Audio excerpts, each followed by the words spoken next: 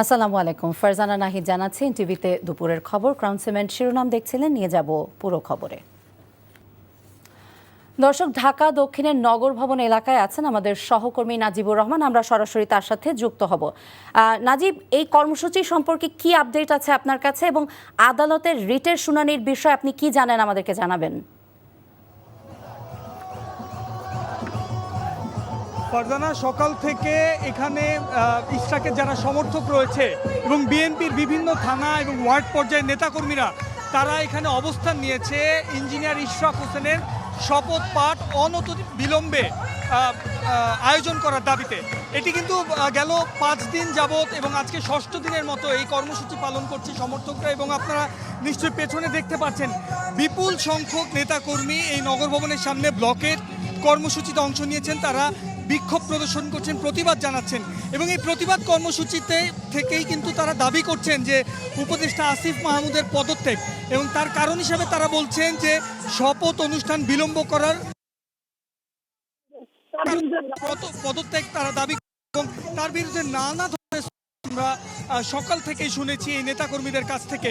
এবং আপনাদেরকে জানিয়ে রাখি যে আদালতে একটি রিট করা হয়েছে ইশরাক হোসেনের বিরুদ্ধে।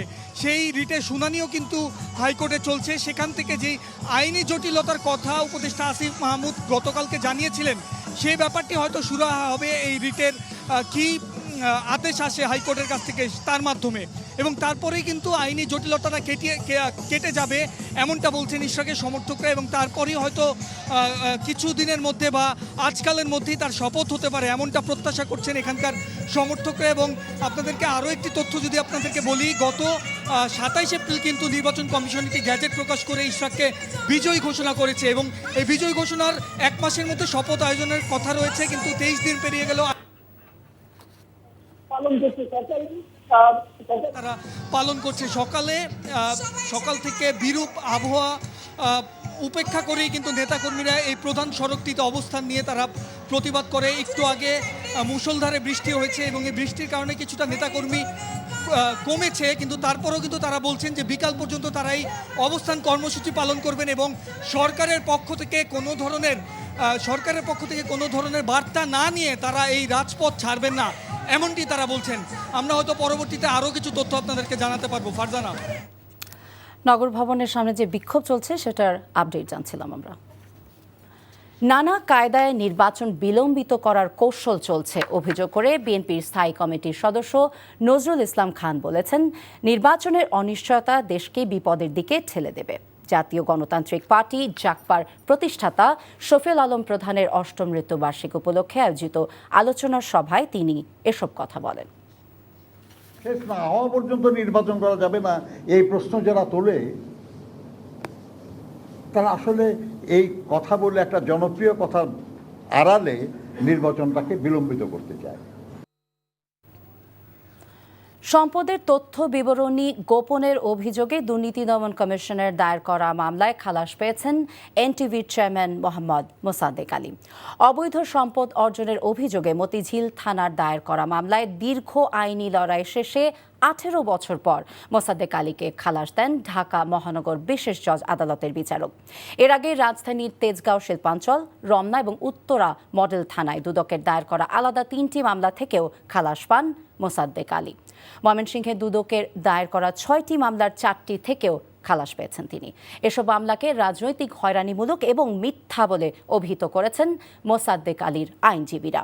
আপেল শাহরিয়ারকে সাথে নিয়ে আরও জানাচ্ছেন শফিক শাহিন। ত্রাণের টিন, চাল ও চেক আত্মসাতের অভিযোগে 2007 সালে 1/11 খ্যাত ফখরুদ্দিন মঈনুদ্দিনের সরকার মোসাদ্দেক আলীর বিরুদ্ধে তেজগাঁও শিল্পাঞ্চল থানায় মামলা দায়ের করে, যা আদালতের মাধ্যমে মিথ্যা প্রমাণ হওয়ায় খালাস পান মোসাদ্দেক আলী। মামলায় গ্রেপ্তার হয়ে যখন তিনি কারাগারে বন্দী, তখন তার কাছে অবৈধ সম্পদ অর্জনের অভিযোগে সম্পদের তথ্য চায় দুর্নীতি দমন কমিশন। তথ্য গোপনের অভিযোগে মামলা দায়ের করে দুদক। দীর্ঘ 18 বছর আইনি লড়াই চলে আদালতে। মতিঝিল থানায় দায়ের হওয়া ওই মামলা মিথ্যা প্রমাণ হয়েছে, যার কারণে আদালত খালাস দেন মোসাদ্দেক আলীকে। 2007 সালে তিনি যখন জেল হাজতে ছিলেন সেই সময় তাকে সম্পদ বিবরণী দাখিল করার জন্য তার এবং তার উপর ডিপেন্ডেন্ট যারা আছে সম্পদ বিবরণী দাখিলের জন্য একটা নোটিশ দেওয়া হয়েছিল। তিনি সেই নোটিশ গ্রহণ করেছিলেন এবং সেই নোটিশের প্রেক্ষিতে তিনি সম্পদ বিবরণী দাখিল করেছিলেন। আজকে যুক্তিতর্ক শুনানি ছিল। যুক্তিতর্ক শুনানি শেষে বিজ্ঞ আদালত সন্তুষ্ট হয়ে তাকে এই মামলা থেকে খালাস প্রদান করেছেন।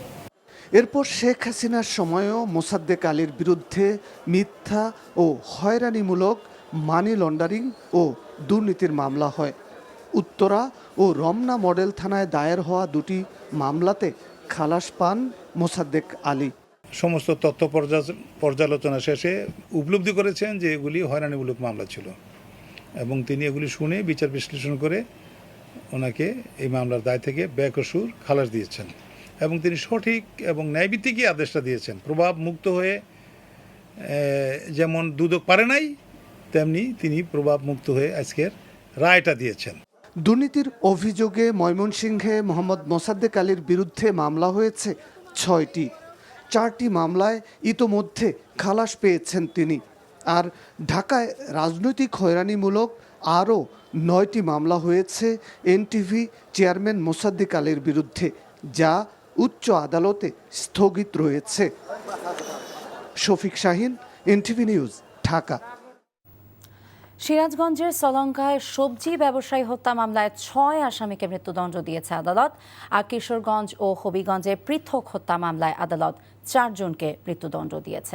সিরাজগঞ্জ জেলা এবং দায়রা জজ আদালতের বিচারক এম আলী আহমেদ এই রায় প্রদান করেন। 2017 সালের 10 আগস্ট চকগৌরীহাট থেকে বিভিন্ন ধরনের সবজি ক্রয় করে ট্রাকযোগে ঢাকার উদ্দেশ্যে রওনা দেয়।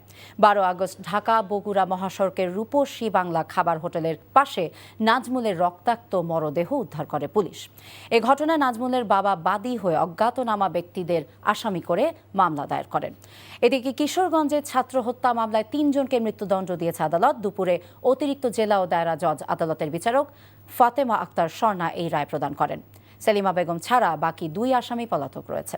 এদিকে হবিগঞ্জের মাধবপুরে 2016 সালের 23 আগস্টে ট্রিপল হত্যা মামলায় একমাত্র আসামি শাহ আলমকে মৃত্যুদণ্ডের আদেশ দিয়েছে আদালত।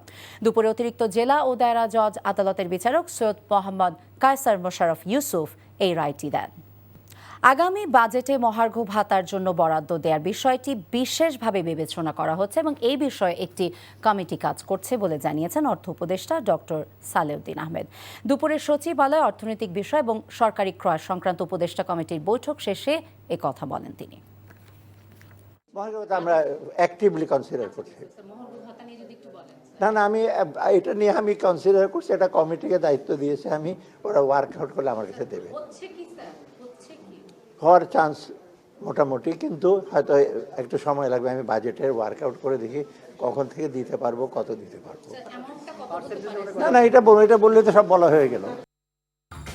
এই ছিল দুপুরের খবরে। এই খবরের ভিডিও আপডেট জানতে ভিজিট করুন এনটিভি অনলাইন www.ntvbd.com।